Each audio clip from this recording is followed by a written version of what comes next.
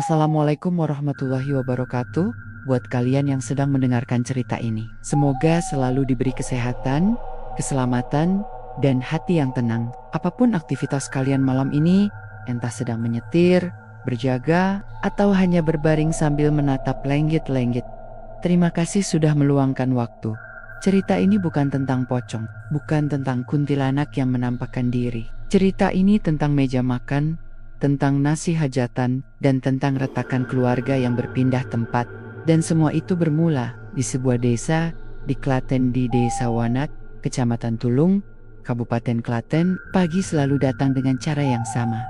Ayam jago berkokok terlalu cepat. Kabut tipis menggantung rendah di atas pematang sawah, dan suara ibu-ibu menumbuk bumbu mulai terdengar sebelum matahari benar-benar muncul.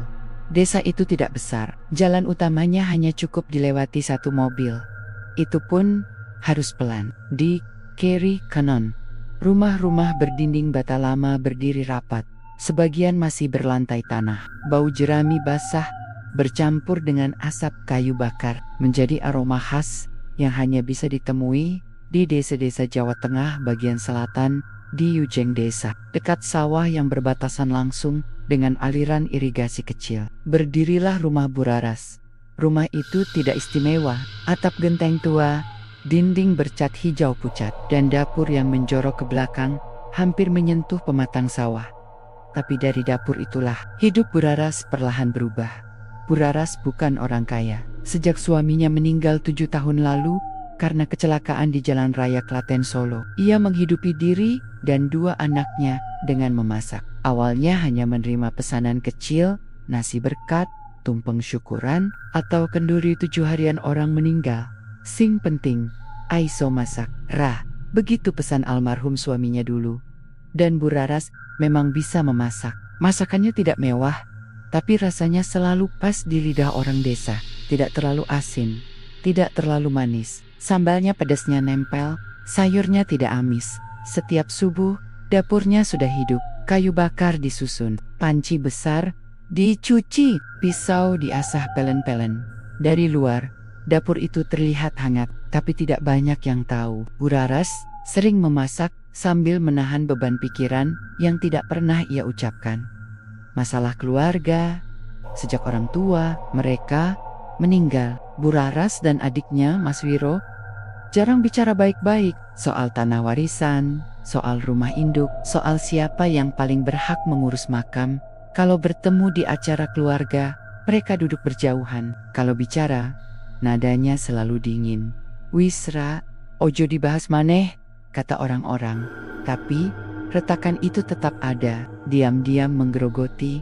Suatu hari, datanglah pesanan yang mengubah segalanya. Pernikahan sederhana di Dukuh Ngasem, desa sebelah. Pesanannya lumayan besar untuk ukuran Buraras, 600 porsi. Buraras ragu, aku durung net nampa segede iki, gumamnya di dapur. Tetangganya, Busum, hanya tertawa kecil. Rezekimu tekora, ditolak malah ora apik. Akhirnya Buraras menerima. 3 hari sebelum hajatan, dapurnya tak pernah mati. Ia memasak sampai larut malam. Anak-anaknya tidur dengan suara panci yang masih berdenting. Malam terakhir sebelum acara, saat semua masakan hampir selesai, Buraras duduk sendiri di dapur. Angin dari sawah masuk pelan, membuat api tungku bergoyang. Bau nasi matang memenuhi ruangan, dan disitulah untuk pertama kalinya, ia merasa tidak sendirian. Bukan melihat apapun, bukan mendengar suara, hanya perasaan, seperti ada yang menunggu.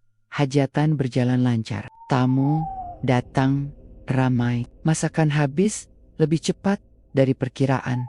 Enak masakan ibu, kata seorang tamu sambil tersenyum. Buraras hanya mengangguk. Lelah tapi puas. Saat semua selesai, dapur kembali sunyi. Tinggal sisa-sisa nasi hajatan yang tidak tersentuh. Tidak banyak, tapi cukup 1 bungkusan daun pisang. Buraras berniat membuangnya ke tempat sampah. Datang seorang perempuan tua ke rumahnya. Perempuan itu tidak dikenal Buraras. Pakaiannya sederhana, jarik coklat kusam, rambut memutih diikat asal. Ia berdiri lama di depan dapur, menatap ke dalam. Masake panjenengan wangi, katanya pelan. Bu Raras tersenyum kikuk. Monggo, Mbah. Perempuan itu mendekat. Suaranya makin lirih. Nasi hajatan pisanan. Ojo dibuang. Bu Raras mengernyit. Loh, napa nik? Perempuan itu menatap lurus ke mata Bu Raras. Tatapannya tajam, tapi tidak marah. Yen pengindapurmu ora sepi. Lebokna maneh nang lemah. Jantung Bu Raras berdegup tidak karuan. Sebelum sempat bertanya lebih jauh, perempuan itu sudah melangkah pergi, menyusuri jalan desa, dan menghilang di tikungan sawah. Malam itu, Bu Raras tidak bisa tidur. Kata-kata perempuan tua itu berulang di kepalanya. Nasi hajatan pisanan, lebokna maneh nang lemah. Sekitar pukul 2 dini hari, ia bangun, mengambil bungkusan nasi yang tadi siang hendak dibuang. Tanpa berpikir panjang, ia melangkah ke belakang rumah. Bulan separuh menggantung, sawah gelap, hanya suara jangkrik dan gemericik air irigasi. Bu Raras menggali tanah di bawah pohon pisang. Tangannya gemetar. Tanahnya lembab, dingin. Saat nasi itu masuk ke lubang, entah kenapa dadanya terasa lega, sekaligus berat.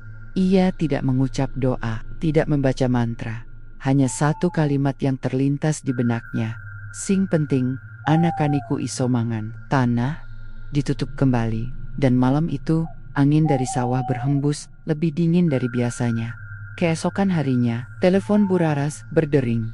Pesanan hajatan dari Karangano, Balemsyang, disusul dari Juiring. Bu Raras terdiam lama menatap layar ponselnya. Dapurnya tidak pernah lagi sepi sejak hari itu. Dan tanpa ia sadari, retakan di rumahnya mulai menghilang. Sementara di rumah orang lain, retakan baru sedang menunggu waktu untuk terbuka. Meja makan yang panas, Desa Wunut, mulai sering disebut orang. Bukan karena bencana, bukan karena kejadian aneh yang terlihat jelas, tapi karena satu hal kecil yang terus berulang. Setiap hajatan yang ditangani catering Bu Raras, selalu ada keributan keluarga. Awalnya hanya bisik-bisik pelan di pasar. Ngerti, ora, hajatan, Pak Lurah pedan kui rame? Iyo, katanya pas mangan malah cekcok. Bu Raras sering mendengar itu, sambil memilih sayur di lapak langganannya. Ia pura-pura tidak menyimak, tapi telinganya menangkap semua. Ia mencoba menenangkan diri. Di desa, pertengkaran keluarga bukan hal baru. Hajatan memang sering membuka luka lama. Orang bertemu saudara jauh, emosi bercampur, masalah lama naik ke permukaan. Itu wajar, katanya pada dirinya sendiri. Namun, ketika kejadian itu terus terjadi, di tempat berbeda, dengan pola yang hampir sama, rasa wajar itu mulai runtuh. Suatu siang, Bu Raras mendapat pesanan hajatan dari desa Juiring. Pernikahan anak seorang pedagang beras. Keluarga itu dikenal rukun, tidak pernah terdengar masalah besar. Tenang wei, Bu, kata si ibu pengantin saat memesan. Kulawarga kulo, alhamdulillah kompak. Bu Raras mengangguk sambil mencatat. Tapi sejak hari itu, dadanya terasa berat. Ada perasaan tidak enak yang sulit dijelaskan. Hajatan di Juiring berlangsung meriah, tenda penuh, musik mengalun, tamu datang bergantian. Bu Raras berdiri di dekat dapur, memperhatikan orang-orang makan.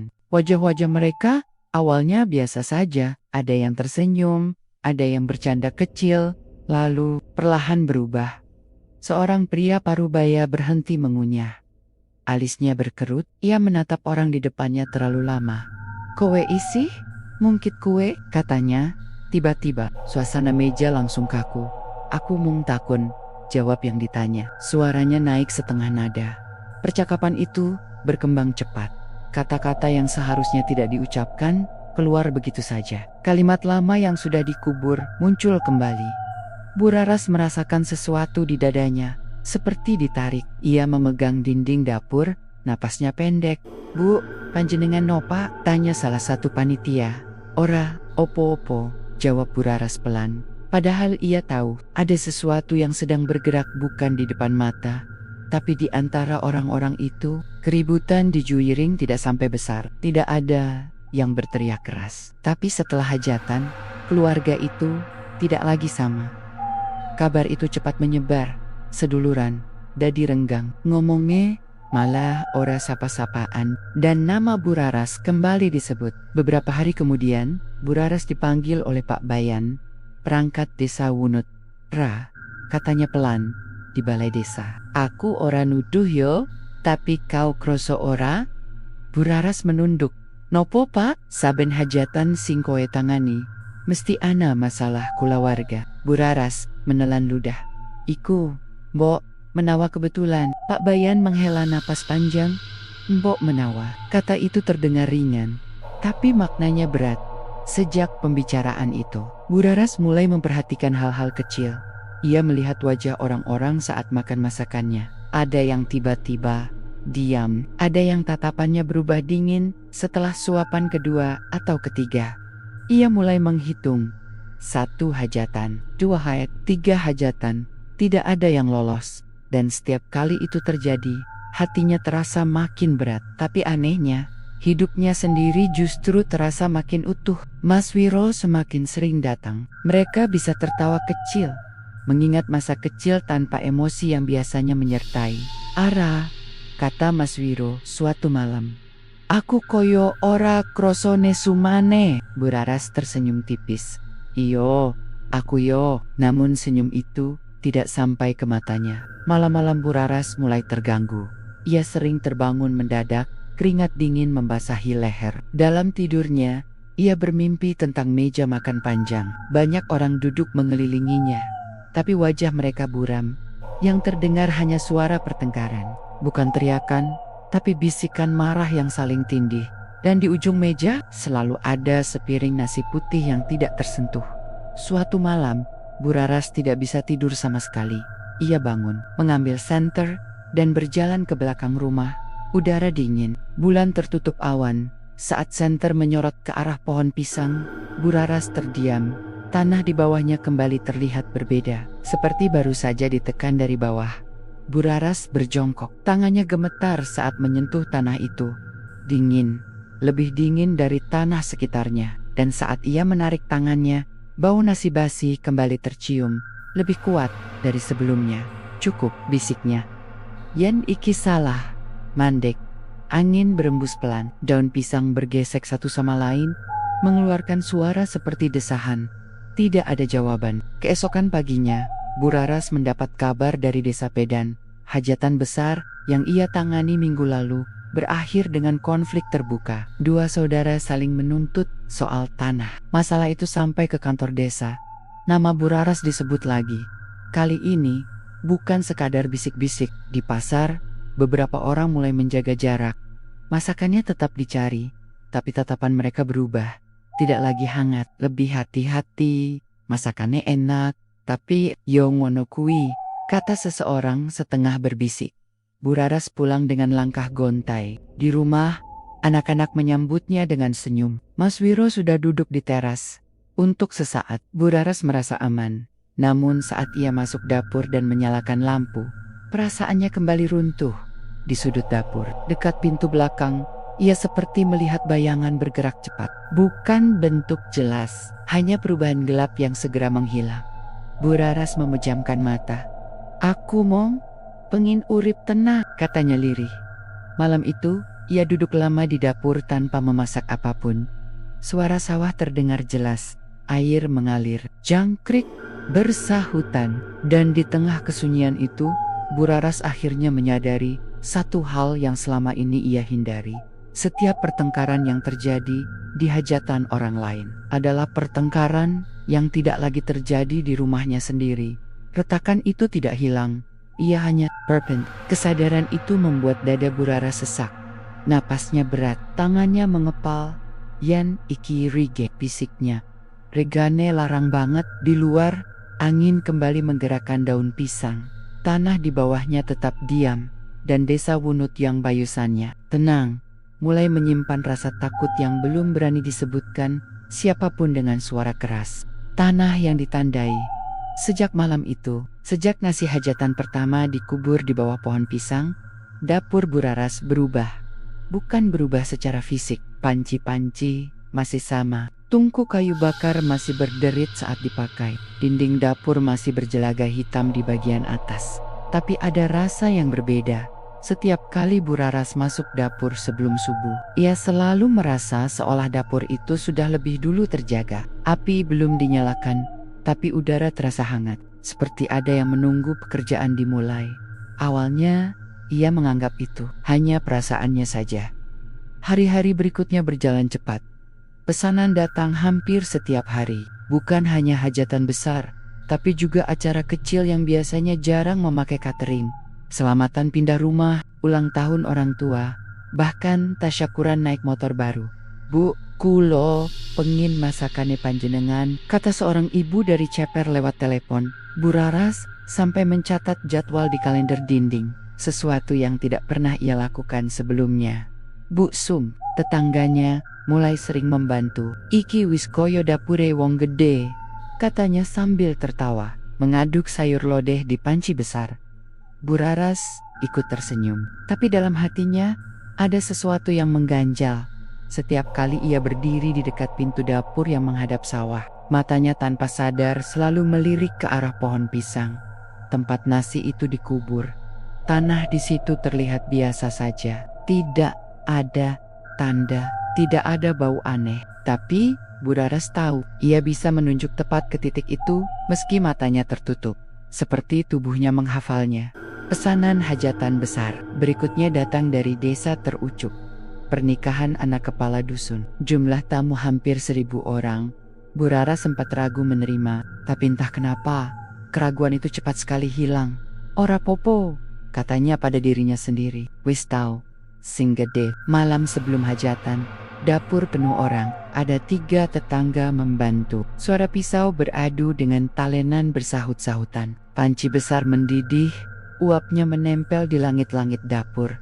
Tapi di tengah keramaian itu, Bu Raras merasakan satu hal aneh. Tidak ada yang bercanda berlebihan. Biasanya, ibu-ibu desa selalu ramai dengan tawa dan gosip. Tapi malam itu, mereka bekerja dalam diam. Kalau bicara pun seperlunya, Bu Sum sempat berbisik, "Kok rasane koyo sumak yo?" Bu Raras mengangguk pelan, "Iyo, aku yo kroso." Padahal udara malam dingin. Hajatan berjalan lancar sampai siang.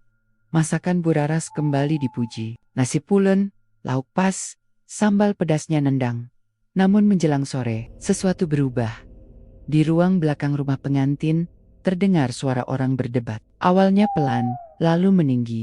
"Kowe kui, wis ngerti sakambien?" "Enggertiop, iki salahmu dewe." Tamu-tamu mulai saling pandang. Musik campur sari sedikit dikecilkan.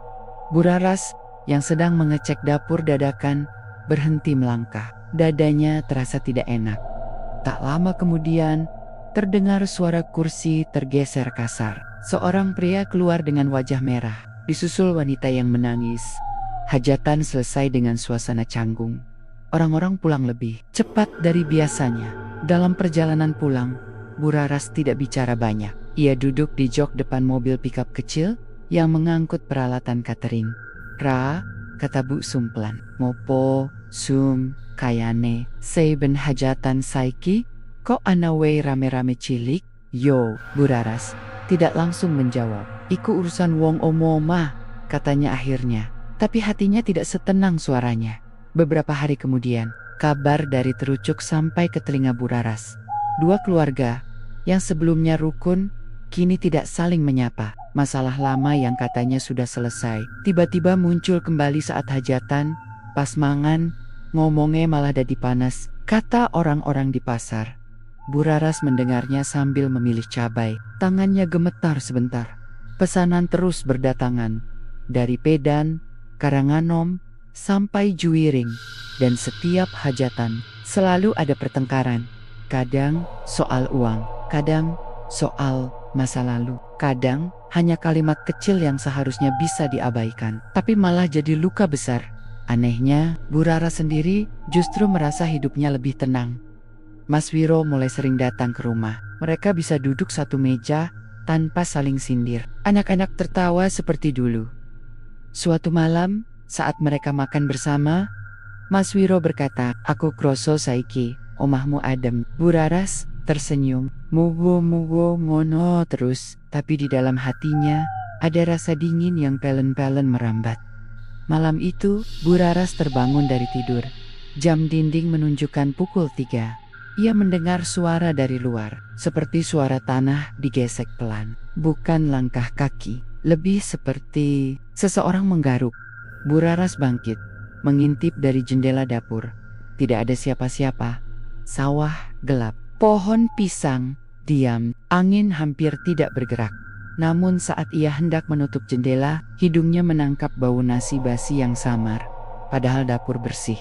Bau itu datang dari luar, dari arah pohon pisang. Keesokan paginya, Bu Raras mendapati tanah di bawah pohon itu sedikit berbeda. Bukan terbuka, bukan rusak, hanya terlihat lebih gembur, seolah baru saja diinjak atau disentuh. Ia jongkok, menatap lama. Tangannya hampir menyentuh tanah itu, tapi ia urungkan. "Ra, kok ngelamun?" panggil Bu Sum dari dapur. Bu Raras berdiri cepat. "Ora." Namun sejak pagi itu, setiap kali ia memasak, bayangan orang-orang yang bertengkar di hajatan muncul di kepalanya, dan di sela suara panci mendidih. Kadang ia seperti mendengar suara lirih, sangat pelan, seperti bisikan dari tanah. Bukan kata-kata yang jelas, hanya rasa sesak. Puncaknya terjadi di hajatan ceper. Hitanan sederhana, tidak besar. Saat makan siang, seorang paman tiba-tiba berdiri dan membentak adiknya sendiri. Suaranya menggema di teras rumah. "Kowe iki rakserakah? Saka!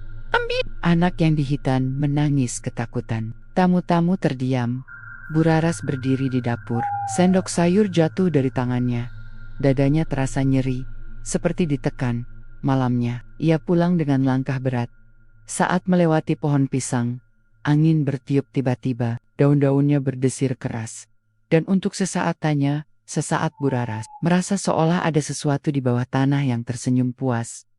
Ia duduk di lantai dapur, memeluk lutut Yen iki salah. "Aku kudu, piye?" gumamnya lirih. Tidak ada jawaban. Hanya suara air irigasi mengalir pelan di sawah. Dan tanah di bawah pohon pisang itu tetap diam, menyimpan semua retakan yang bukan miliknya. Retakan yang dipindahkan sejak kesadaran itu muncul. Sejak Bu Raras benar-benar memahami bahwa ketenangan di rumahnya dibayar dengan keretakan di rumah orang lain. Hidupnya tidak lagi sama. Ia masih memasak, masih menerima pesanan, masih bangun sebelum subuh. Namun kini, setiap sendok nasi yang ia aduk terasa lebih berat dari biasanya. Pagi itu, dapur Bu Raras sunyi. Tidak ada pesanan hari itu. Untuk pertama kalinya setelah berminggu-minggu, dapurnya benar-benar diam.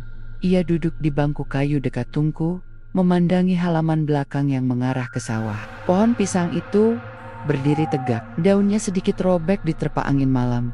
Bu Raras memperhatikan tanah di bawahnya. Ia tidak menggali, tidak menyentuh, hanya menatap. Namun anehnya, dada Bu Raras terasa seperti ditekan dari dalam. Bukan rasa sakit, tapi seperti ada sesuatu yang ingin keluar. "Yen, aku mandek saiki," gumamnya. "Nopo? Sing kelakon?" Tidak ada jawaban. Siang hari, Mas Wiro datang lagi. Ia membawa pisang rebus, seperti dulu saat mereka masih sering berkunjung. Sebelum semua masalah terjadi. "Ra," katanya sambil duduk di teras. "Kau koyok." Bu Raras tersenyum tipis. "Lagi akeh pikiran." Mas Wiro mengangguk, lalu terdiam sejenak sebelum bicara lagi. "Kowe ngerti ora? Saiki aku kok kerasa ayem. Padahal biyen saben ketemu kowe, atiku panas." Bu Raras menunduk, jemarinya saling meremas.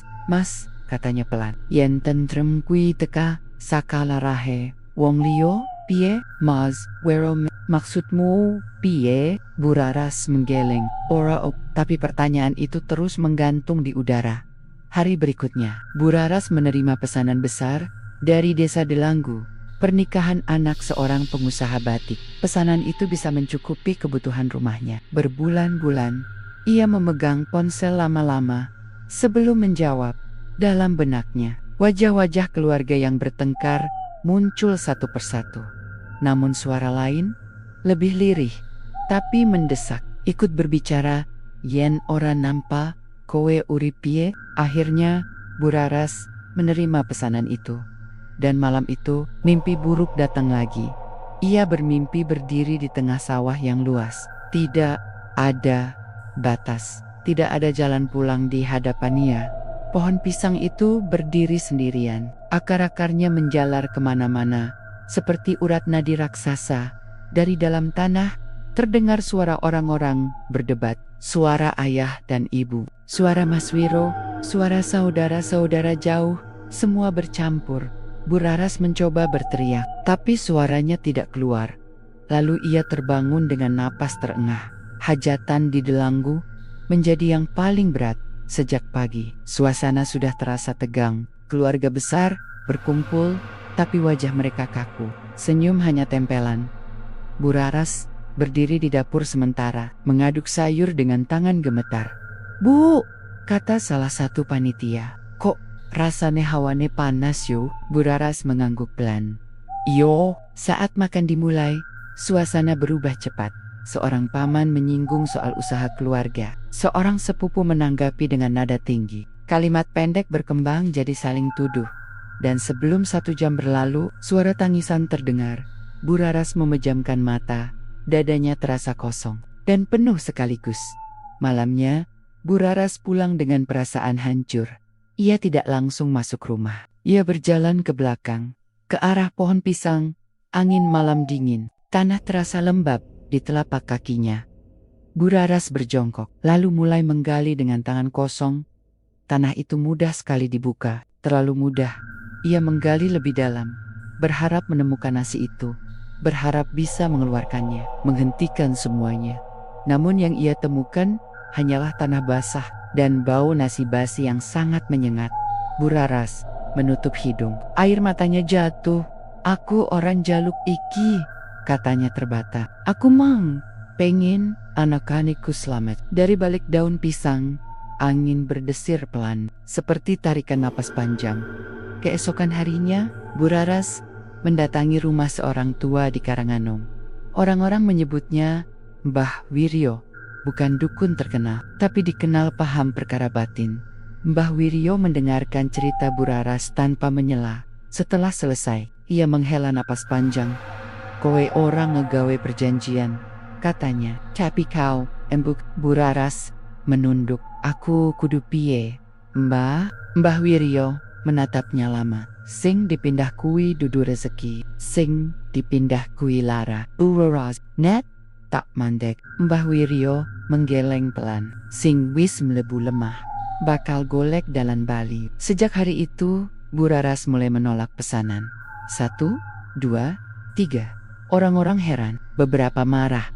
Kesempatan kok dibuang, rezeki kok ditolak. Namun Bu Raras tetap pada keputusannya. Dan perlahan, rumahnya mulai berubah. Mas Wiro dan Bu Raras kembali sering berbeda pendapat. Hal kecil memicu emosi. Anak-anak jadi lebih pendiam. Retakan yang dulu hilang mulai terasa lagi. Suatu malam, pertengkaran besar terjadi. Mas Wiro berdiri di ruang tengah. Suaranya tinggi. "Kowe iki sakyene bien salah, Rah." Bu Raras membalas dengan suara bergetar. "Mais, ojo seiki." Anak-anak menangis di kamar. Bu Raras mundur, dadanya sesak. Dan saat itu, ia tahu, retakan itu sedang pulang.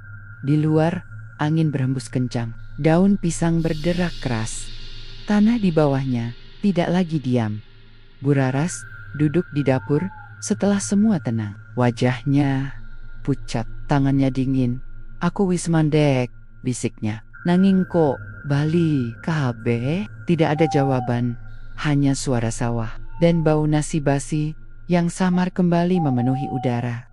Usaha yang ditinggalkan, keputusan itu akhirnya diucapkan dengan suara pelan, tapi dampaknya terasa seperti batu besar dijatuhkan ke dalam sumur.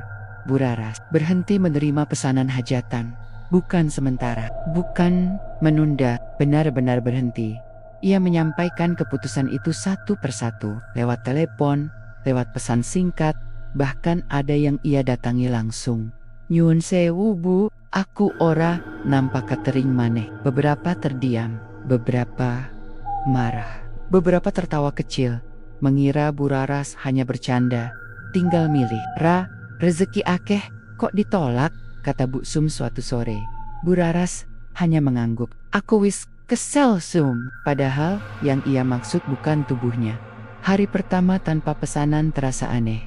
Bu Raras bangun sebelum subuh seperti biasa. Tubuhnya sudah hafal ritme itu. Namun saat ia melangkah ke dapur, Tidak ada yang menunggu, tidak ada panci besar, tidak ada bahan makanan, tidak ada suara api dinyalakan. Dapur itu sunyi, terlalu sunyi. Bu Raras duduk lama di bangku kayu, menatap tungku yang dingin. Tangannya refleks meraih kayu bakar, lalu berhenti di tengah jalan. Wis ora perlu, gumamnya.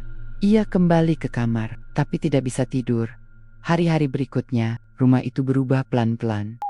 Awalnya hampir tak terasa, lalu makin jelas. Mas Wiro mulai jarang datang. Kalau datang pun, pembicaraan cepat berubah tegang. Kalimat sederhana bisa jadi salah paham. Ngopo, kowe ngomong ngono, aku ora maksud kuwi. Anak-anak lebih sering diam di kamar. Tawa mereka jarang terdengar, dan Bu Raras mulai sering termenung. Malam hari menjadi waktu paling berat. Ia sering duduk sendiri di dapur, lampu dimatikan. Hanya cahaya dari luar yang masuk samar-samar. Dari situ, pohon pisang terlihat jelas siluetnya. Dan setiap malam, bau nasi basi itu kembali. Kadang samar, kadang menyengat. Padahal Bu Raras yakin, dapurnya bersih. Suatu malam, ia mendengar suara seperti orang mengaduk nasi dari arah belakang rumah. Bukan suara panci, lebih seperti tangan menyentuh butiran nasi basah. Bu Raras mematung, napasnya tertahan. Mas Wiro, panggilnya pelan. Tidak ada jawaban.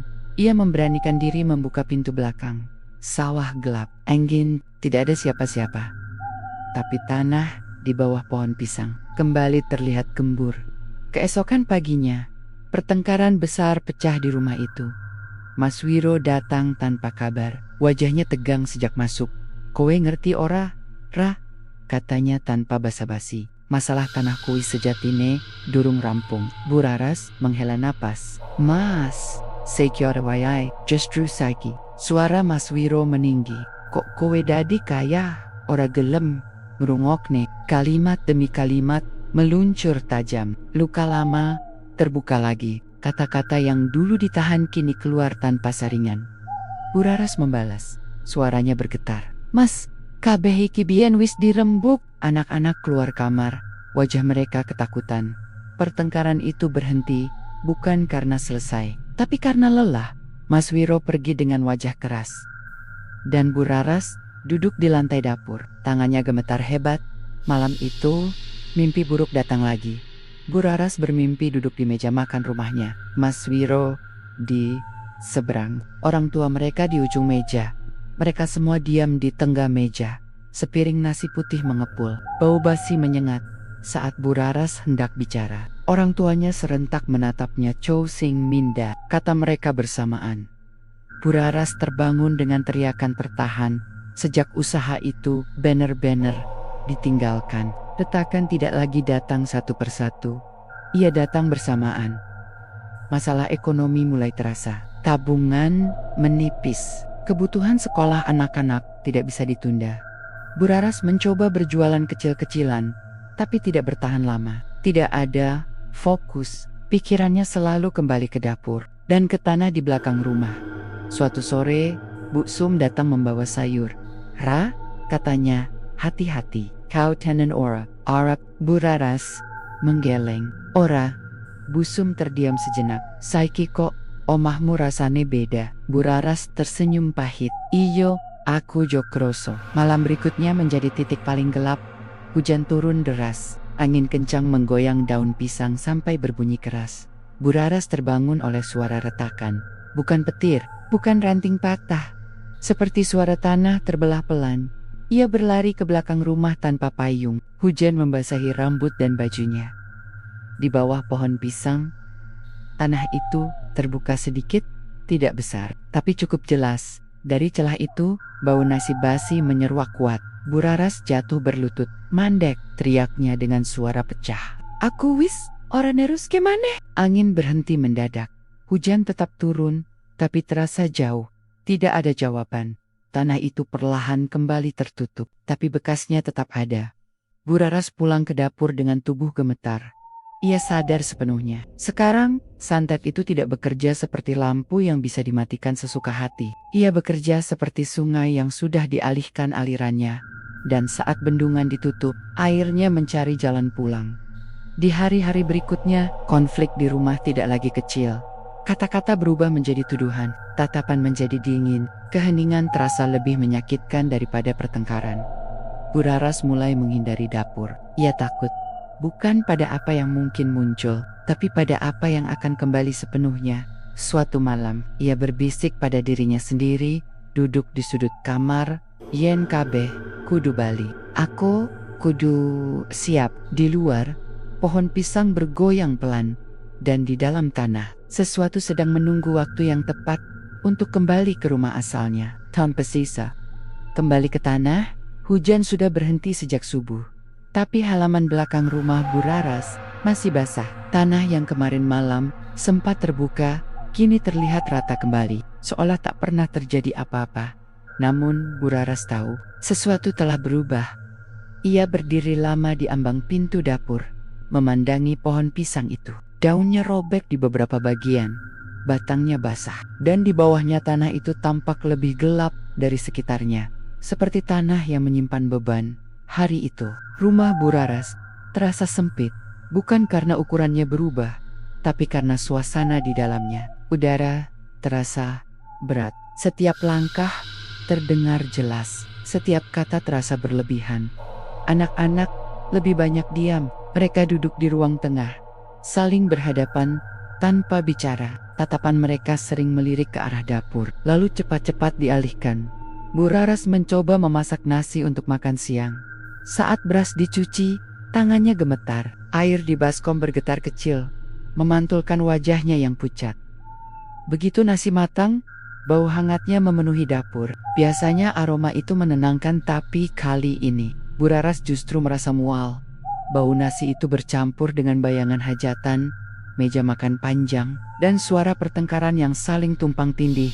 Sendok nasi jatuh ke lantai. Raras menutup wajahnya dengan kedua tangan. Siang itu, Mas Wiro datang lagi. Kali ini tanpa senyum. Ia duduk tanpa melepas sandal. Tanda bahwa ia tidak berniat lama, atau justru terlalu serius untuk memikirkan sopan santun.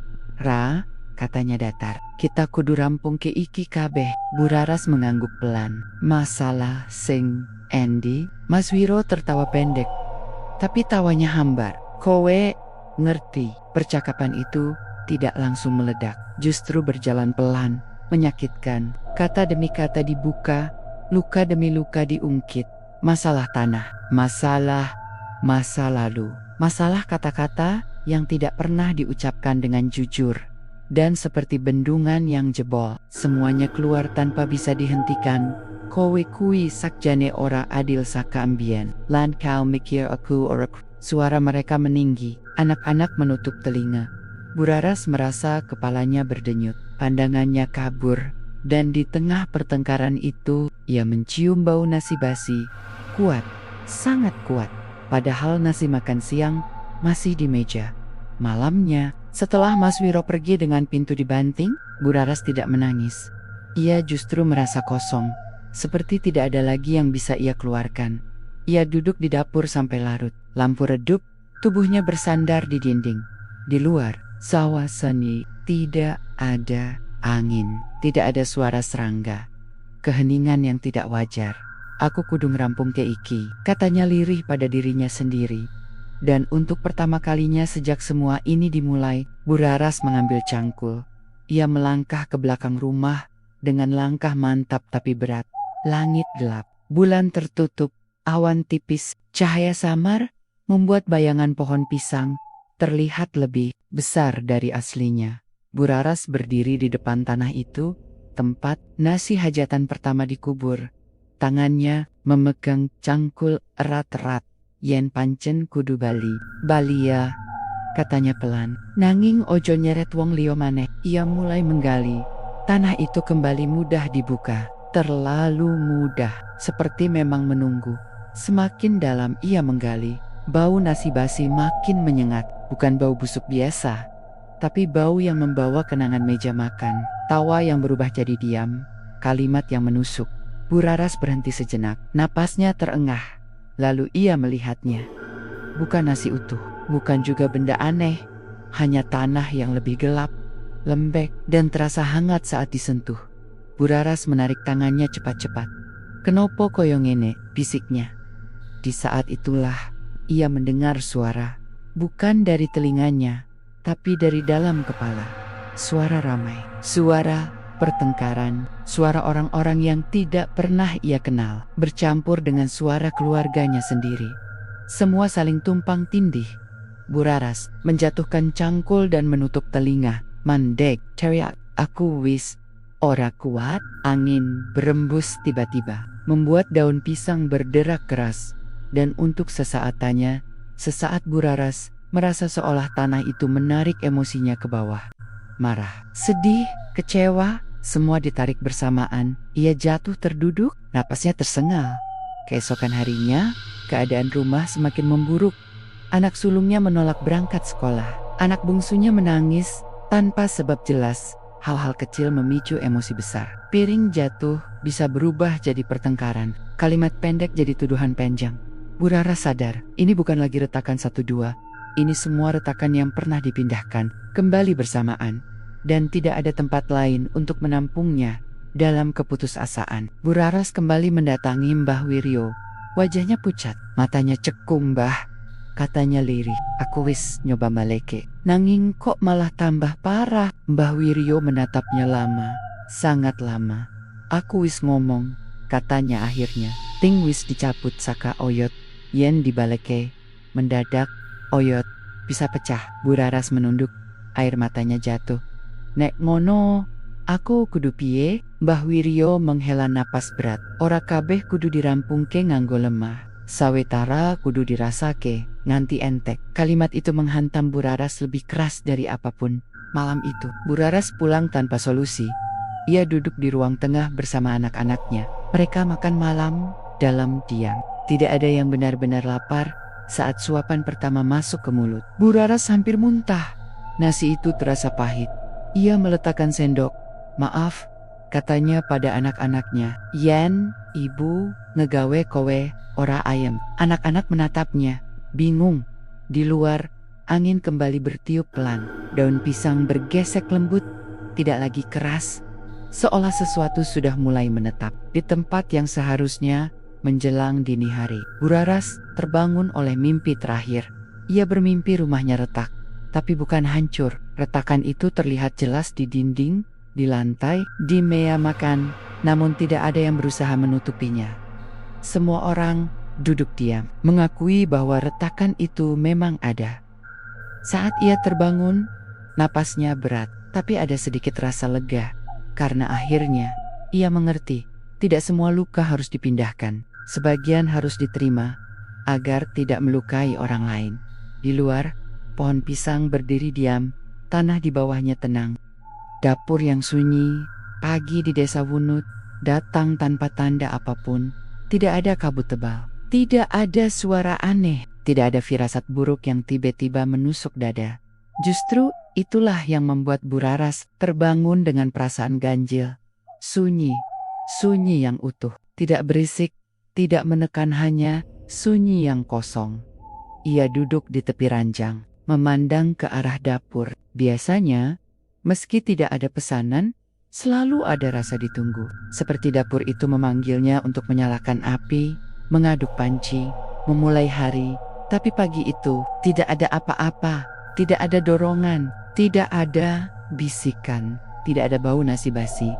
Buraras berdiri perlahan, melangkah ke dapur tangku dingin.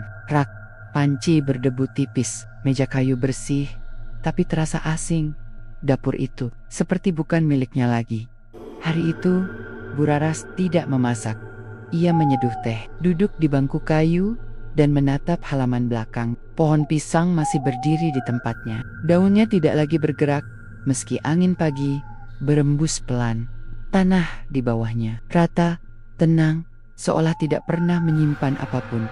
Buraras menatapnya lama, lalu berkata pelan, hampir seperti pamit, wis, rampung. Tidak ada jawaban, dan kali ini, itu terasa benar.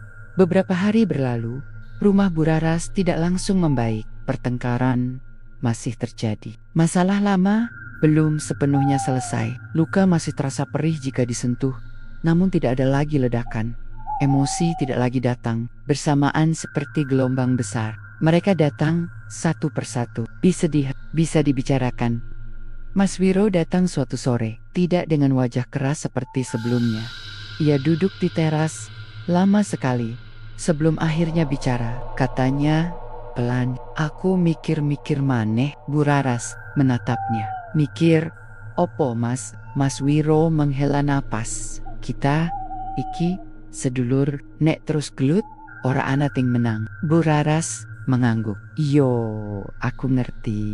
Tidak ada pelukan, tidak ada tangisan dramatis, hanya kesepakatan diam-diam bahwa retakan itu ada dan mereka tidak lagi pura-pura menutupinya. Kabar tentang Buraras menyebar pelan di desa, bahwa ia benar-benar berhenti catering, bahwa dapurnya kini sepi, bahwa hayatan kembali berjalan biasa tanpa keributan aneh.